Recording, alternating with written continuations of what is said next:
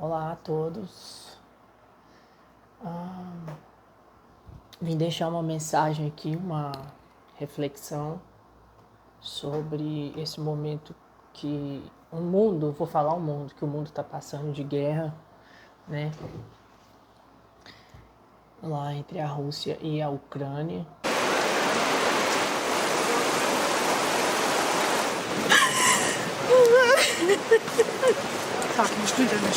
Os moradores tentam fugir das redondezas de Kiev. Mas um bombardeio matou a mãe e 2 crianças. Hospitais, maternidades lotados de feridos. Mas nem ali um lugar seguro. Eu acho que, como brasileiro, eu tenho os meus ideais, as minhas vontades para o meu país, então eu acho que esse assunto ele tá ligado, eu não vou dizer nem indiretamente, eu acho que diretamente ao nosso país, e assim como qualquer outro país corre esse risco, sabe? Eu vou começar lendo o início de uma matéria do G1 para me poder desenvolver meu pensamento, que eu não consegui desenvolvê-lo sozinho, a não ser de uma forma mais sentimental. Então eu vou começar a ler um início aqui de uma matéria do G1 para que vocês possam entender meu pensamento. Então, gente, a matéria é de Otávio Guedes. Ele é um comentarista no blog do G1 e ele entrevista o antropólogo Renato Pereira. Ele é antropólogo e estrategista político. Essa matéria, o nome dela é a seguinte: Putin está vencendo a guerra de comunicação porque a invasão é a mensagem. Essa frase é do Renato. Lembrando, gente, que existe a guerra, né, civil entre a Rússia e a Ucrânia, e eu estou falando aqui que entre essa guerra existe a guerra de comunicação.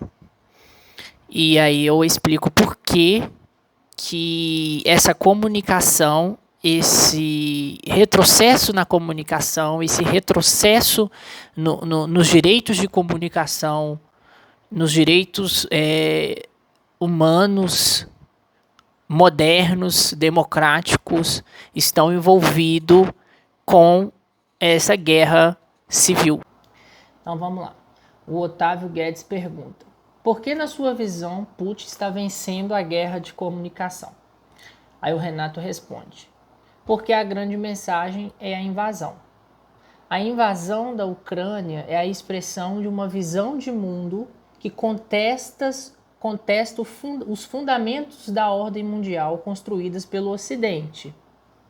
Enquanto o Ocidente valoriza a ideia de democracia, o establishment russo, né, que seria como se fosse a lei russa, né, valoriza a ordem imperial.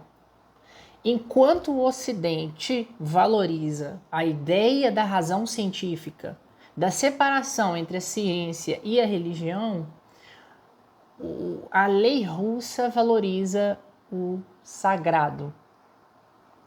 Enquanto nós pensamos em multiculturalismo, eles pensam na unidade racial e em supremacia racial. A partir disso, eu consigo desenvolver um pouco do meu pensamento aqui, dessa reflexão que eu quero deixar aqui para vocês. Tem se levantado, né, se levantaram aí líderes mundiais atrasados, que atrapalham a evolução da sociedade. E eu, em nenhum momento, eu quero atacar certas opiniões e opções políticas, porque sim, eu sou a favor da democracia. Mas a minha reflexão é o quanto essas escolhas estão nos causando guerras. Porque é muito triste o que está acontecendo lá na Ucrânia. E poderia ser nosso país passando por isso. O nosso país não passou por uma guerra com armas, uma guerra, né, militar. Mas nós passamos por guerra de informações, por uma guerra anti-ciência, né? Uma guerra anti-vacina. E é nisso que eu acho que esse assunto está interligado. Líderes assim estão causando, no meu ponto de vista político, um atraso social muito grande, um retrocesso muito grande. Aí, de novo, o Otávio Guedes pergunta pro Renato: qual a mensagem que a invasão traz ao mundo? Aí o Renato responde: a mensagem é: eu não reconheço você. Eu não reconheço a ordem ocidental. A segunda mensagem, que já seria, por exemplo, o Ocidente, né, a democracia, responde: eu vejo você com maldade, com crueldade. Significa: eu desprezo você e toda a sua arquitetura de valores. É como se o presidente da Rússia negasse todos os valores do que chamam de nova ordem mundial, né? Todos os valores de democracia. O meu pensamento ele vem do seguinte questionamento: do que as pessoas que apoiam políticos tão atrasados sentem falta? Da falta de informação? No mesmo dia, a torre de TV de Kiev é bombardeada.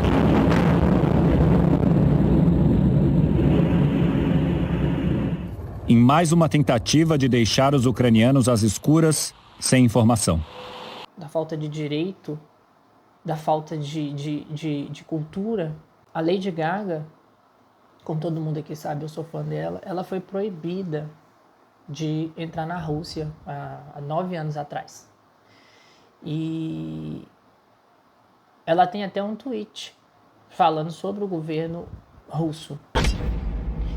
Então, ela foi acusada, Lady Gaga foi acusada de promover a homossexualidade na turnê dela. Então ela não pode mais voltar lá, sabe? Qual que é o horror nisso? Vou colocar o vídeo aqui para vocês verem por que tá tudo ligado uma coisa na outra. A arte, a música e governos que sempre se opõem a arte, sempre se opõe à diversidade, sempre se opõe às minorias, às informações.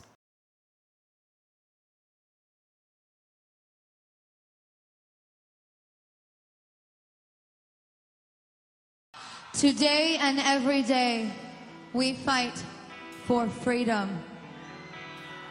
We fight for justice. We beckon for compassion, understanding, and above all, we want full equality now! For some governments, gay rights are not a political or social priority, and the principles of non-discrimination are ambiguous. I'm brave enough not to give a fuck what people say.